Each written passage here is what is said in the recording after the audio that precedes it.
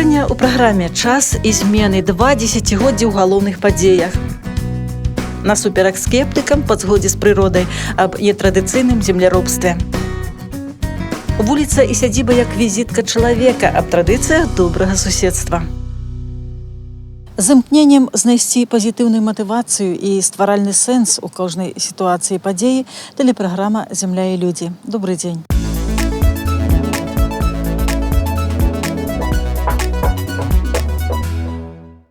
Ёсць сцвярджэнне, што хуткасць часу залежыць ад таго, наколькі ён насычаны падзеямі. Многа спраў і час хутка бяжыць. Як дружым мы з ім, як скарыстоўваецца намі і грамадствам увогуле самы каштоўны жыццёвы рэсурс. З гэтым пытаннем звярнуліся да розных па занятку людзей. За меру апытання ўзялі апошнія 2 дзесяцігоддзі.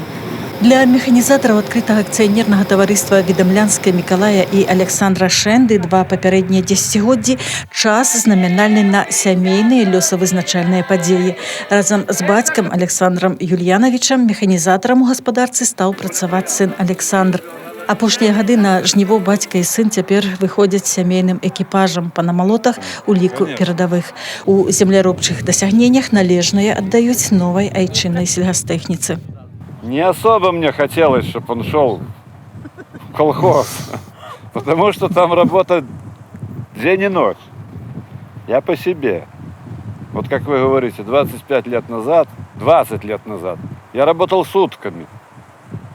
Вот, на Кировце работал. Чтобы нам не погибнуть, чтобы хозяйство осталось на плаву. Вот. Ну, сейчас. Пришел, я очень доволен. Пришел на комбайн. Да, пришел на комбайн. 20 лет назад наше хозяйство, теперь уже ООО «Відамлянская», раньше оно называлось колхоз «Октябрь», оно было небольшое. И, в хозяйстве, в принципе, было техники много, но она была совершенно не такая, как сейчас. Ее, наверное, было больше, но не было этой энергонасыщенной техники. Было, наверное, пару кировцев. Сейчас в основном энергонасыщенная техника, но тогда было трактора все были малые, они там, допустим, если цеплять плуг, то там плуг был двухкорпусный, этим плугом можно было работать, я не знаю, если взять это поле, так, наверное, неделю пахал бы этим трактором. Вот. А теперь трактора совсем другие. Наши белорусские трактора, там, допустим, 30-22, вот у нас техника это есть, так она, 8-корпусные плуги, он сколько, наверное, за 2 суток, конечно, нет, но тут 100 гектаров. За 3 суток он это поле запашет. Или если с дисками, так он, может быть, и за 2 суток задискует. Новые белорусские трактора, они достаточно неплохие, можно даже сказать, хорошие. Вот. Ставятся кондиционеры, ставятся более удобные кабины, сиденья. Обзор в кабине намного лучше. Техника мощнее, чем было 15 или 20 лет назад. За последние годы технику доработали, буквально за 3 года. Вот, доработано. Те детали, которые еще были хрупкие, к примеру, их улучшили. Еще помню себя в детстве, так тоже постоянно выбегал на дорогу, смотрел трактора. Спрашивали, кем будешь, и говорил, что пойду на трактор работать. В Беларуси у нас везде порядок, города чистые, поля, опять же, засеяны, убраны, везде все окультурено, красота. С другими государствами, в принципе, и сравнивать не хочется. Нравится жить в Беларуси. Здесь наши корни, мы здесь родились, мы здесь и умрем. Вот. Часам вялікіх магчымасцей сталі 2 папярэднія дзесяцігоддзі для адкрытага акцыянернага таварыства «Пружанскі малочны камбінат». На прадпрыемстве за гэты час правялі вялікую мадэрнізацыю. Яна адкрыла новыя магчымасці як у вытворчасці, так і рэалізацыі ўсіх відаў прадукцыі. Асабліва паўцвёрдых сычужных сыроў, якія экспартуюцца. Калісьці невялікі завод, дзе за год прымалася 2000 тонн малака, цяпер сучасны камбінат здольны перапрацаваць да 300 тонн малака ў суткі. Кажется, совсем недавно я пришла на Пружанский завод молодым специалистом. И вот 20 лет. 20 лет как одно мгновение. Это целая жизнь. Что же случилось за эти, вроде бы, длинный и в то же время короткий момент времени наше предприятие пережило ряд реконструкций. Произошло перевооружение. Предприятие за это время стало совсем другим. Из маленького завода, который выпускал 10 тонн сыра, сметану, молоко, творог, мы видим сейчас гиганта, у которого современное оборудование, у которого огромный ассортимент продукции, в том числе сыров, высокая культура, и на котором уже сейчас работает около 400 человек. У нас было оборудование, ручной труд, ручной. Это было венгерское оборудование, которому было 20 лет, мы работали на нем. А потом абсолютно автоматизированная линия, которую нужно было понять, нужно было работать на ней, нужно было сохранить то, что мы умели, то есть именно качество своего продукта и пойти дальше. Сейчас мы имеем почти всю линейку сыров, за исключением сыров с плесенью. Безусловно, без оснащения, без вложения инвестиционных проектов, без внедрения самого лучшего, что есть сейчас и в Беларуси, и в мире, невозможно достичь этих результатов. То есть мы, конечно, вкладывали деньги, мы покупали дорогое оборудование, а сейчас мы по достоинству окупаем вложенные в нас средства, производим качественную, конкурентоспособную продукцию. Наше предприятие экспортно ориентированное. 85% своей продукции мы продаем на экспорт. Каждый работник нашего предприятия ценит свою работу, потому что он получает достойную зарплату, потому что он социально защищен, потому что, выйдя на пенсию, он тоже знает, что он будет защищен, потому что наше предприятие производит выплаты не только работающим работникам, но и пенсионерам, ветеранам труда, которые достойно отработали, которые внесли огромный вклад в развитие предприятия.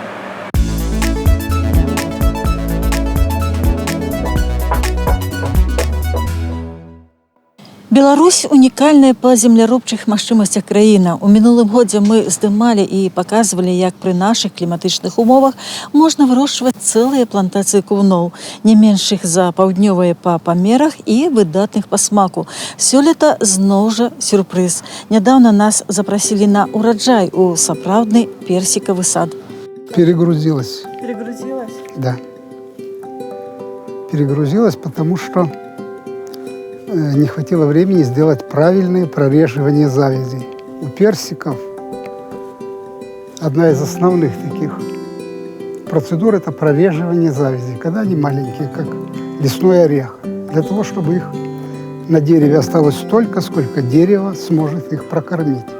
Персікі Мікалай Іванович Шостак вырошчвае 32 гады з таго часу, як у знаёмых у Кобрыне убачыў 20гадовае персікавае дрэва, якое, нягледзячы на ўзрост, штогод давала плады. Сапраўдныя садаводы ведаюць, што значыць, калі дрэва запала ў душу. Узяў чаранкі і прывіў іх на абрыкос. Так і пачалася персікавая гісторыя, якая стала і ўпрыгожваннем жыцця, і яго галоўнай справай. Персик до 20 лет может расти, но, естественно, при правильном за ним уходе. Персику нужна правильная и сильная обрезка. Если мы сильно персик режем весной, значит, он омолаживается. Он омолаживается, у него появляется желание расти, сила роста. А если человек посадил персик и о нем забыл, он, быстро стареет. Обрезка и прореживание завязей – самые такие два эффективных метода. Это обрезалось весной прошлого года, для того, чтобы сформировать его в сторону. Актыўнаму садаводчаму вопыту Мікалая Івановича за 3 десяткі. Першым жа навыкам гэтага занятку вучыўся ў бацькі, той усё жыццё займаўся садам.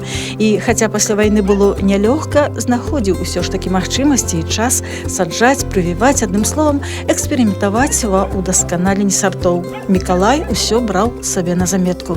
Праўда, вучыцца пасля школы пайшоў не на садавода, а паступіў у будаўнічы інстытут. Тым не менш, жыццё павярнулася так, што пасля перабудовы пайшоў у бізнес. З часам зразумеў, што гэта справа не яго, і вярнуўся да зямлі. Узяў 70 сотак, паставіў дом і пасадзіў сад, у якім галоўнай культурай стаў персик. Естественно, персик – это южное дерево, как бы мы ни говорили, поэтому желательно, чтобы ее садить где-то ну, на солнышке, скажем, возле стены с южной стороны, там, возле забора, чтобы меньше сквозняков было, меньше продувало. Патрабавальны персік і да глеб дрэнна расце на цяжкіх гліністы. Там яго караням не хапае паветра. Персик любит землю легкую. Он не любит тяжелую глинистую землю, мокрую, суглинков не любит. Он любит суписи, да. Но плодородные. Не пустые, не пустой песок, а легкую, но плодородную землю. Любит полив, любит воду. Да рэчы, радзіма персіка Кітай, адтуль яго завезлі ў Іран, які ў старажытнасці называўся Персіяй. Там для яго ідэальныя ўмовы і адтуль і назва.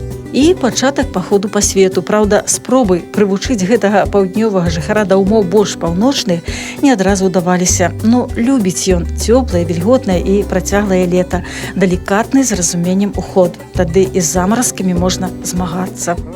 Вот была зима, допустим, последняя зима, суровая, 9-10 год.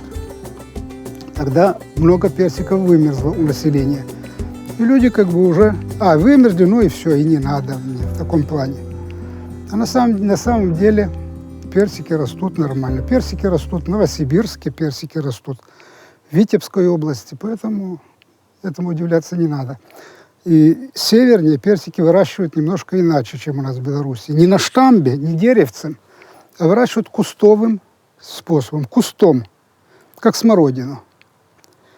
И этот куст, как смородину, пригибают на зиму пригибают, утепляют. Укрывается на зиму, весной раскрывается, и плоды собирают ежегодно. Под снегом оно не замерзает.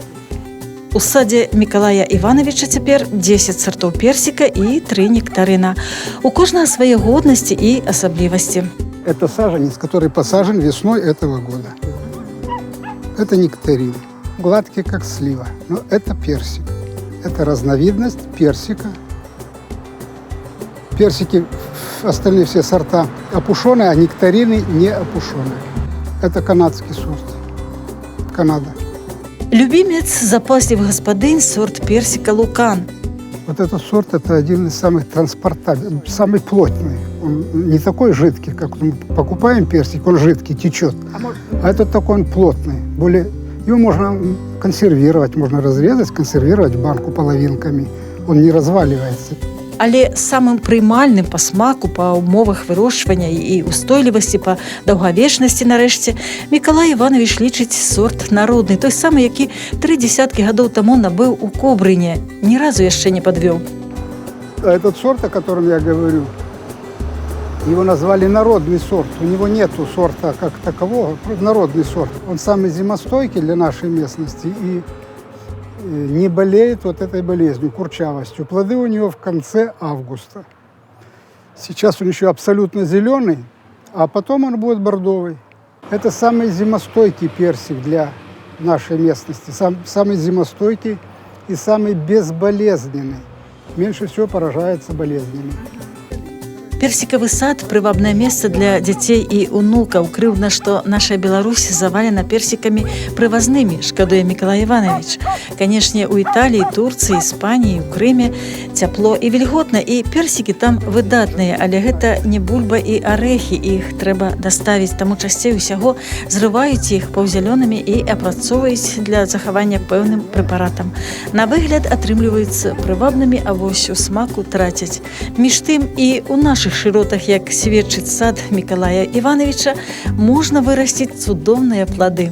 У нас по Бресту, Брестская, Гомельская область, юг Беларуси, можно выращивать и таким способом, вот штамбовым.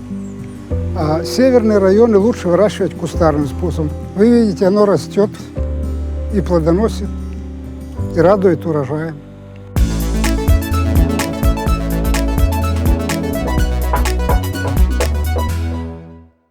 Где эта улица, где этот дом, где эта барышня, что я влюблен.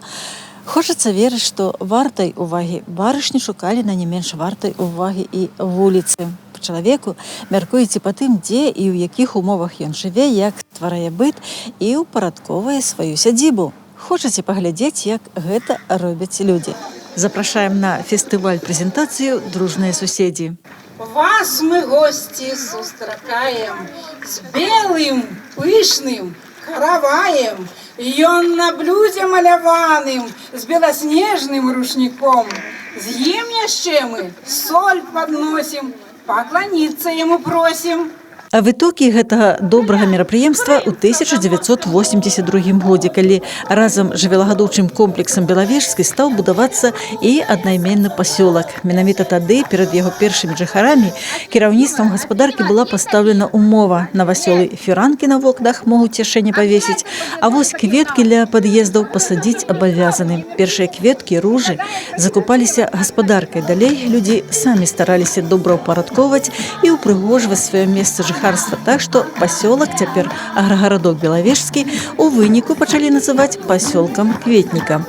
А пад канец лета вызначалі самыя ўражваючыя вуліцы і сядзібы ў такім вось аглядзе-конкурсе «Дружныя суседзі».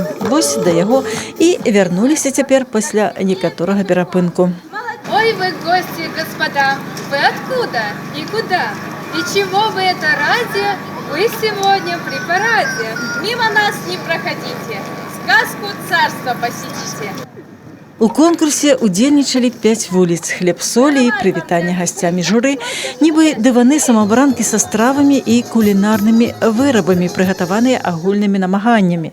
Музычна-танцавальныя прадстаўленні да конкурса рыхтаваліся сур'ёзна аж за месяц. На кожнай з вуліц нават аргкамітэты былі створаны. Сегодня я в таком виде, потому что мы представляли молодежь 80-х.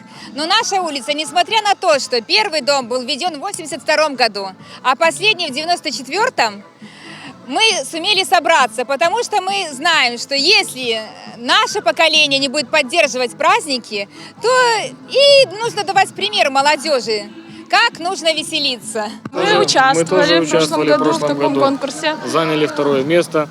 Наша вот сегодня улица, пришли Первомайская. посмотреть на наших соседей, как они справились с этим заданием. Ну, наверное, очень успешно, даже в некоторых моментах обошли нас.